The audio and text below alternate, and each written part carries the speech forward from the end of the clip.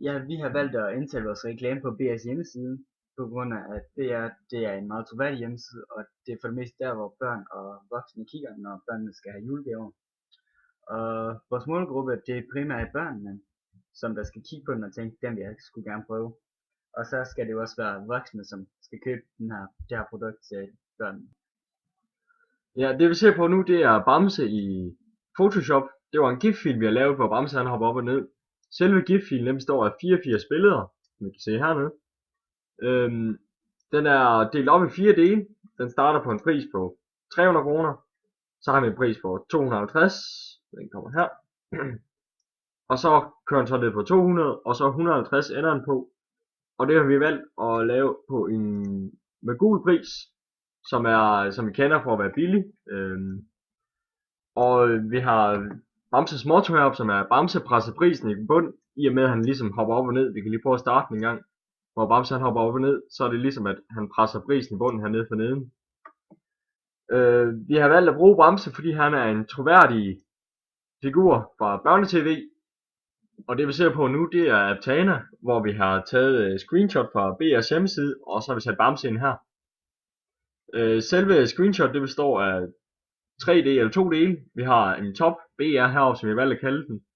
Og så har vi en center her. Og så har vi Styltebamse herinde. Vi kan lige gå ind i den her fil og se. Så kan vi se her, vi har top BR, som er toppen her, hvor der står søg. Så har vi center, som er selve reklamen på BR. Og så har vi Styltebamse, som vores egen GIF-fil, der hopper herude. Og vi har lavet højden og bredden.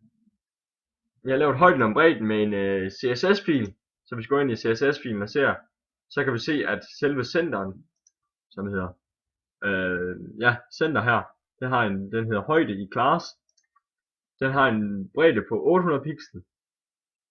Og så har vi Bamse, class Bamse, som har en bredde på 500 pixel og en højde på 1080, undskyld. Jeg kan lige prøve at gå ind på den her igen. Og så er det så meningen, at når man trykker på Bamse herude, at den så skal linke videre til en hjemmeside, hvor du kan få mere information omkring vores stylte. Her kan I så se vores brochure, som vi har valgt at opbygge efter Ejder-modellen. Vores forside, hvor der står Bamses kængurustylte, er ligesom lavet til at få børnenes opmærksomhed. Og det der vi håber får børnenes opmærksomhed, er Bamse, der står og kigger på den kængurustylte. Og på side nummer 2 kan man så se selve produktet, kængurustylten, som er indsat. Og det er et tilbud, og det er nu kun 150 kroner. Og det er gul pris, som folk forbinder med noget billigt.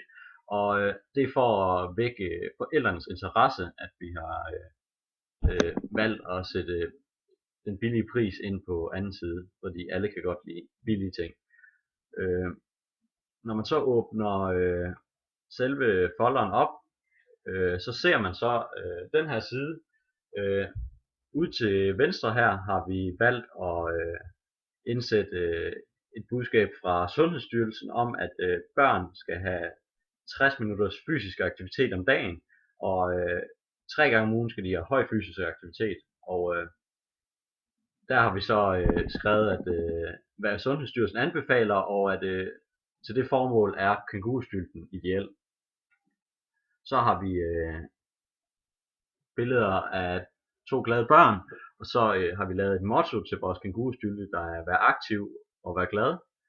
Og det er fordi, at forældrene skal se det og tænke, at de vil rigtig gerne have både aktive og glade børn. Og det er det, vi har tænkt skal få forældrene til at få lyst til at købe vores produkt til deres børn. Altså deres desire til produktet. Og så til sidst har vi så valgt at skrive, hvorfor skal du købe vores kængurustylte? Og der har vi valgt at sige, at fordi det gør jeres børn glade, og jeres børn får ikke kun motion, men har det også sjovt samtidig, og det er jo win-win. Og det kan forældrene godt lide. Så til sidst har vi vores logo her.